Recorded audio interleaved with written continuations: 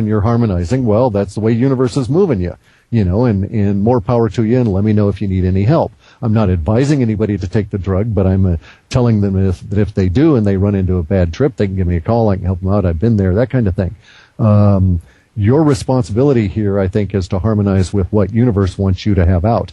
And actually, because you are in the business you are in and that you are not alone in this particular business in terms of what you're talking about, you can be pretty sure you're part of a larger wave within universe itself. I see. Just like I was shocked to discover that there were other people out there having weird, reaching weird conclusions about the powers that be and stuff, and then I'd discover various different writers at various different points and think, well, geez, of course I'm discovering all of this, and of course I'm harmonizing with universe because I have proof that this other fellow also came there independently. Makes sense? Absolutely, and the universe speaks to you through synchronicity. That's what I've noticed when I come across... You got to be careful about that. Got to be careful about that, though, okay? I know a lot of people in the woo-woo business out here that are going on and on and on about synchronicity, and what they are not aware of is that synchronicity can be engineered, and they can be maneuvered into synchronicity and be derailed, whether at a universal level, because universe tells you all the time, especially in books like The Science of Yoga and some of these other more detailed ancient books, they tell you face constant traps. Compassion is a trap. I was stuck in it for 15 years. It's not a good trap. You need to get into it and get out and get beyond it. But there's other traps that continually haul you back into the material world. Now, universe does this as tests because you must overcome these in order to progress along the path. On the other hand, the powers that be, they are just like that Libyan example where they're using an already existing tendency of universe to provide these traps, and what they do is they enhance them. So they will create synchronicities where all of a sudden you're seeing 11s, 11, 11 all the time, 11s all the time, just can't get away from it. Then they create another synchronicity and you're suddenly aware of that synchronicity.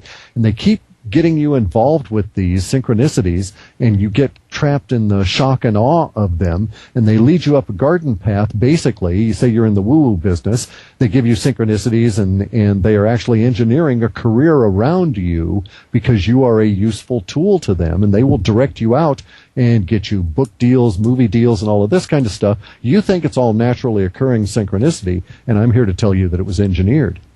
I've never thought of that perspective. I never have. And we talk about synchronicity all the time on the broadcast, and you just raised a very, very interesting point. That's going to keep me up all night. And it's tricky because it is a complex world out there. We are energy. Some levels of other energies can see us vibrating in particular ways, which we call thoughts. We also call that process of seeing our thoughts telepathy. They know what we're going to think next, and they can push this other energetic object to create the synchronicity that warps our thoughts out the way they want to. Well, and thus you don't become a threat to them. So many people start off on the path and they end up becoming a threat to the powers that be. And frequently you will hear people say, oh, yes, the powers that be, they're sending me death threats or something like this, right? Powers that be don't really work that way. If you're getting death threats, it's probably because of some loon that has it in for you because of their personal karmic issues. Right. Now, I'm here to tell you the powers that be, if they ever decided you were enough of a problem, would find one of those loons, give them synchronicities, and have that loon take you out. That poor crazy individual suffering their own karmic delusions and problems would be a tool for them to deal with you, just as they do it the other way, because it's easier for them to find a particular irritant that is gaining traction with a population that they wish to get involved with, and then take that irritant and by way of creating synchronicities, bring them to a point of both power and dependency. Give them the book deal, but then, hey, they've got a book deal, so they've got to live up to it, and they've got to say things, and the editor comes along and says, I don't want that said this way, and the next thing you know, you're a corrupted individual trapped in the matrix. Exactly. Is there anything to this 1111, maybe even 33? For instance, today, I checked the website, 33 comments. I look at the clock, it's 1:33 just a second ago. I looked in the chat earlier, 333 people. Is there any significance to this? Sure. There's a bunch of different significances, and it just depends on what level you want to look at it. Okay? We have to first examine that there's a natural tendency in the brain of humans to find patterns whether they exist or not. Part of our brains are determined to find patterns, and these patterns are useful in survival. Everything from finding one leaf pattern to the difference between it and another leaf pattern in order to get good food, to finding patterns that lead to procreation with the appropriate mate for better genetics. So all of these things operate at that level all the time. Now, the tendency to see specific numbers is being coerced at a very large scale by the energetic beings that run the powers that be. And you need to go and read books by John Dee and some of these other people about the macroscope and how all of that works and why they would want to do this, to see how it's being used at a very large level. We give them power by using their dollar bills with the imagery that they've put on that paper. And that same level of power, energy goes to them when you respond to energetic traps that they put out there. And they are actually basically, I can put in a subliminal suggestion into your mind by using specific words that are what we call neuro-linguistic, but are basically hypnosis aids. And some of those words are used, or some of those patterns are created by word use of dichotomies. Such as, I know I'm going to be right about one of these if I'll just leave the rest alone and never bother to be left behind. And then I'll come back to you and I'll say from now on, you won't see 33, but you'll see 44. So we'll talk in a few days and you'll tell me how the 44 experience comes out. I noticed that ever since I was listening to Coast and they were talking about 1111 all the time, I noticed 1111 all the time. Right. And Yes. now I've done a little bit of a neurolinguistic programming technique with you, and you will personally discover that the 44 stuff, that your mind, it will disable it. So we'll say that it won't work past Monday, just so it doesn't drive you crazy. But what you'll do is you'll notice that your brain will actually seek the clock out when it is absolutely sure that it's going to be 44 minutes, bearing in mind time is an illusion, and that, as you know from taking entheogens, when you're under the influence of those, you know precisely how many seconds or milliseconds have passed at any given point, and you can count them or not as you choose. And so your brain works it that way. Your brain is processing 5 billion inputs per second, and how many of those are you actually aware of? Well, some of those inputs have been pre-trained to have you see the 33 because that gives them power. I see.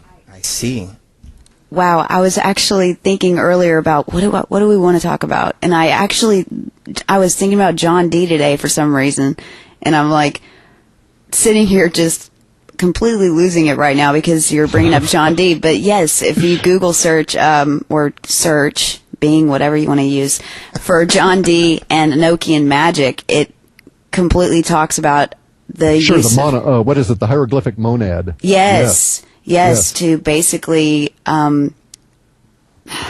use linguistics to cast spells, but not the spells that people think. Can you explain that for people?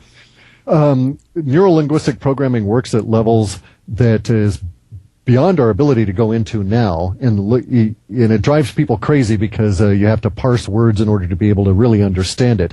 But for instance, the technique that I just used was the dichotomy of right versus left.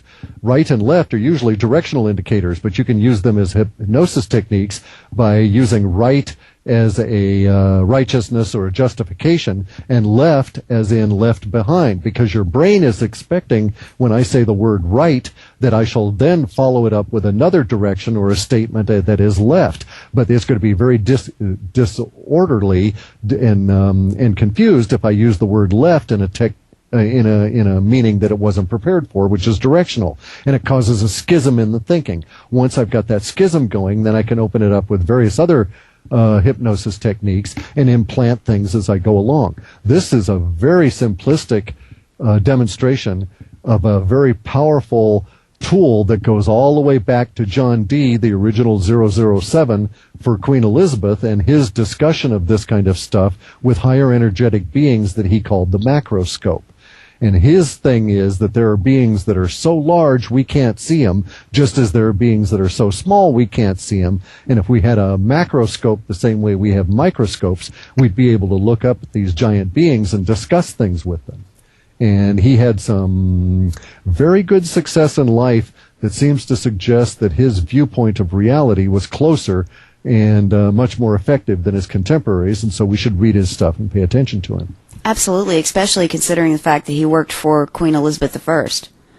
And set up the very first, as far as we know, Secret Service, the very first spy agency, formalized magic, spells. That's interesting because, of course, the word itself is spell. We have things as gospel, God's spell, the spell that God is throwing on you. The word God, by the way, means demiurge. So the whole idea of this Jehovah or Yahweh as an actual creator of universe is bogus. Just simply the way that it all comes about, you realize that even John Dee recognized all of that they had to use religion as a control mechanism. So let's build in ritual, liturgy, and I can't think of what other word he used, to confuse the minds and allow the powers that be to do the control. The guy was a genius. Yeah. Is that why they translated the Bible into English? They have to, they have to do it into every different language, and if you'll notice the language expansion factor, that's a thing that says if I say a particular statement in English, how many words does it take in French, Spanish, or Hindi to say that exact same thing with the exact same context? Mm-hmm. And you'll notice that every time they do a translation, the number of words in the Bible radically alters. And at the current level of any of the Bibles being used from King James onward, they've lost over 30% of all of the words. And they should have gone the other way. The English language, based on the Aramaic or even the Hebrew, Hebrew, by the way, is a bastardized phonetic retransliteration of Sumerian. It's phonetic Sumerian being put into a new alphabet. But in any event, we should have actually had more words in English than they had in the Hebrew Bible to get the same context across. So some kind of weird mind control is certainly going on there. I completely agree. And one of the things we have to do is break through that religious matrix. And it's very hard because we're raised from children to believe that if we don't believe this, we're going to go to hell and burn for the rest of eternity. No, that isn't even really the pressure. To hell with that aspect of it, pun intended, because I wasn't raised that. I still found social pressures to not be against the social consensus. And you get the whole whack-a-mole thing, right? You stand out and people come on there and they're bound and determined to grind you down for a whole lot of different reasons. People that are believing in any kind of a faith-based delusion, whatever you call it, it doesn't matter whether you call it Christianity or Judaism or Muslimism or, crocodilism, whatever your particular brand of it is immaterial. The whole faith-based thing means that it's a particular kind of a delusion where you must go out and force others to believe your delusion in order to make yourself feel better about that delusion. And it works at a social level. And again, the powers that be take advantage of these peer pressure things to engineer their own structure. No rational individual would ever smoke cigarettes. Very first time you do it, you're just sick as hell. But there are social peer pressures that actually make you want to go through that process to end up becoming an addict to the tobacco products that they're putting out there. And this is so antithetical to the human body that we have to have huge levels of peer pressure to overcome this. And it is to their ends that this be done. Yet one more mechanism for control and slavery. So one thing that really irritated me when I was a smoker was to discover what a dupe I'd been, and that I was not addicted to tobacco. I was